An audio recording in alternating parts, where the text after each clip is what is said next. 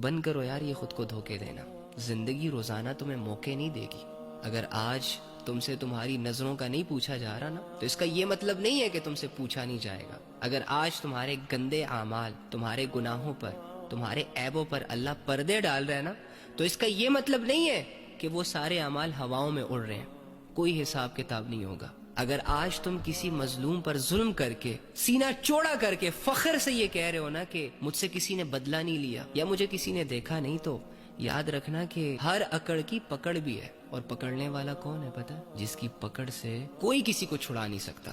آج اگر زنا کرنے کے بعد تم دوستوں کی محفلوں میں اپنے زنا پہ پراؤڈ کر رہے ہو، فخر سے یہ کہہ رہے ہو کہ میں نے ایسے کیا تھا، پھر ایسے کیا تھا، پھر یہ ہوا تھا، کیا خوب منظر تھا، کیا مزے تھے، اور کیا فلاں فلاں فلاں، اور لوگ تمہاری باتوں کو سن کر تمہیں شاباشی دے رہے ہیں نا، تو یاد رکھنا ایک دور ایسا بھی آنے والا ہے تم پر اور مجھ پر کہ میں انہی لوگوں کے سامنے یہ حسرت کروں گا کہ کاش میں یہ گناہ نہ کرتا، اور اگر گناہ کر لیا تھا تو کاش میں تم لوگوں کو نہ بتاتا، کاش میں اس گناہ پہ فخر نہ کرتا، کاش میں اس گناہ کو اپنے ساتھ قبر میں نہ لے کے جاتا، میں معافی مانگ لیتا، میں پیچھے ہو جاتا، میں توبہ کر لیتا، میں خود کو سدھار لیتا. یاد رکھیے گا کہ بڑے بڑے فرعونوں نے اپنی فرعونیت سے بہت کم عرصے تک فائدہ اٹھایا ہے.